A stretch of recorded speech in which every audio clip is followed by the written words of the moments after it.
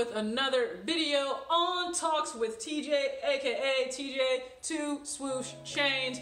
Thank you again so much for rocking with me. Once again, as always, if you are a sub, thank you. I appreciate you. Love engaging in the comment section with you. If you're brand new, I have no idea how you got here. Thankful that you're here. If you like what you see, go ahead, watch some other videos, and subscribe and hit the notification bell so you are notified whenever I drop videos. And also, if you like the video, give it a thumbs up. If you don't, trust me, my feelings are not hurt. I am on the road to 10K though, so let's see if we can reach at least 3K by end of April, and we'll just keep it going from there. How about that?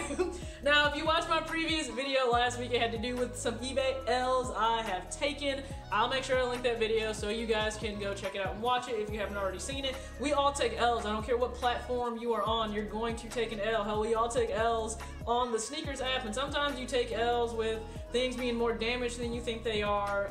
You having to send something back because you've done your due diligence and it's actually a fake. You know, as long as you're protected, let's say, it's a little bit easier to handle that loss. Now, I've already said this, I buy a lot of things on eBay. This shirt right here, it is a Victoria's Secret pink from their MLB line shirt. I'm a Yankees fan, it is baseball season. So I actually bought this shirt off of there. I get tons of stuff off of eBay. You can find great things, but you do need to be cautious. So I just want to go ahead in this video and give my top 4 tips of how I think you can safely shop, especially when it comes to sneakers on eBay. And this may relate more to women, I think, or, you know, people that can wear like smaller sizes than men. And I say that only because when it comes to a lot of women releases, or maybe just some of the ones that I choose to go after, because I also wear kids, grade school 6 or 6.5, there just isn't a lot of profit or like effort to go ahead and, you know, make fakes of mine. So for some of my shoes, that's kind of alleviated. Like some shoes that I've gone after that a lot of people don't care about and probably wouldn't make fakes of whatsoever in the first place.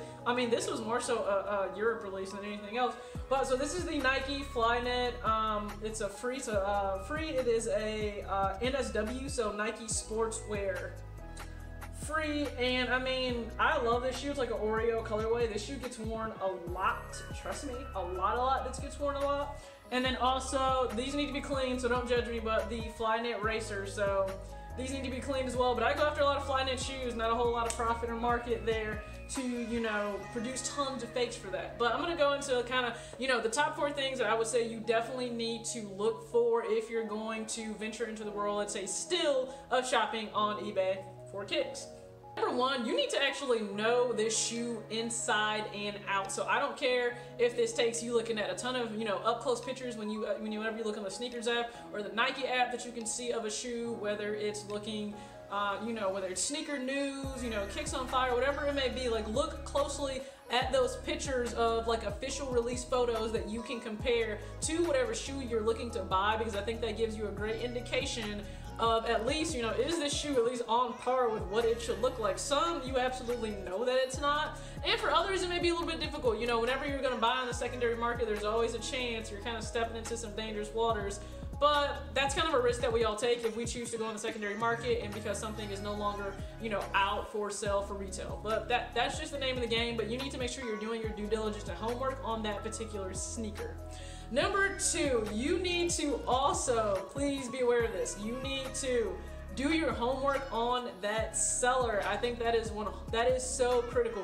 Do your homework on the seller, because you need to look at that seller. You need to actually, you know, check them out, like research them, look at their ratings. You can see the ratings for anyone that is selling on eBay, and if they have like, you know, 99.9% positive reviews, and let's say they have like 7,000 or 10,000 sales or something like that, you know, check them out. And what I'll do, even if they have a really reputable reputation on there, I will still go ahead and look at what are the negative reviews, because you can actually see them rebuttal some of the negative reviews, and it could be the true narrative of the story is maybe the buyer didn't really read the description. Maybe they, you know, oh, they just bought it and they needed a large. It was listed as a small in 2 different places and they didn't pay attention and they got, you know, let's just say shitty with the seller. You know, that's not a reason for the seller to have gotten a bad score. So do your research so you can know the full story of that seller, because also if the seller doesn't have a selling history but they have like a really hyped shoe on there and it's like 0, so they have 0 reviews, they got a really hyped shoe, that is suspect as hell. I'm not buying from you.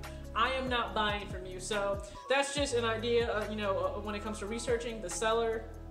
Number 3, don't be afraid to ask questions, okay? Especially, no, more specifically, before asking questions, ask for extra pictures. I want to know everything about that shoe. I want to see all angles of the shoe, okay? I am like Drake, okay? Go ahead with your phone out, okay?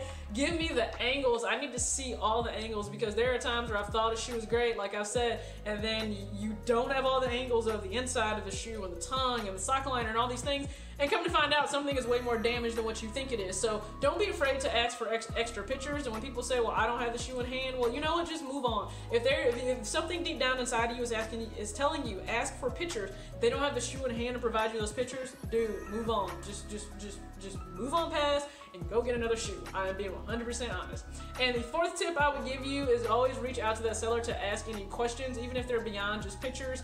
And if they're unwilling to respond to you, that's a red flag for me, because it would be the same thing of me going to any, store, or me contacting, StockX or just eBay in general, and them not wanting to answer any questions I may have as a consumer. That's poor. That's poor customer service. Like, I get it. You may not have a big business on eBay, but you're still acting as a business of yourself when you are selling something. So you just make sure you're always providing great customer service. That's just how I feel. All right. So these are the top 4 tips that I have if you're still going to go and buy kicks on eBay. I still do.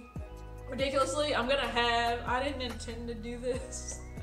I'm gonna have an unboxing for you guys though from here, and I think I'm gonna have another one maybe soon. I don't know. I'm getting drawn into this different brand that I never saw myself necessarily getting drawn into. So they have some different pickups, and no, it's not Nike, which is crazy, but I'm getting drawn into it and I kind of like it. So I think that's all I really got for you guys. Last tip, just for finding deals.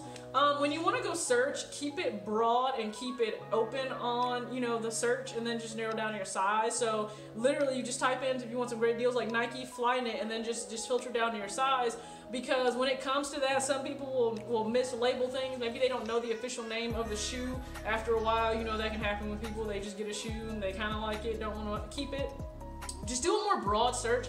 Nike, t-shirt, Jordan, whatever. Just do a more broad search. Jordan hoodie, and filter down to your size. You can filter down to new without tags. Really all depends on your preference. But those are just some tips. Let me know in the comment section what you think. Do you still use eBay to shop at all? Or are you strictly a StockX or a GOAT person? Or for some people, I know they only shop with actual retail stores. If they take that L, then they take that L, and I respect that too. For me, there are just tons of deals, especially for clothing and shoes of smaller sizes to be had on eBay, and I don't ever want to pass those up if they are legitimate. So thank you so much again for rocking with this video. As always, peace out.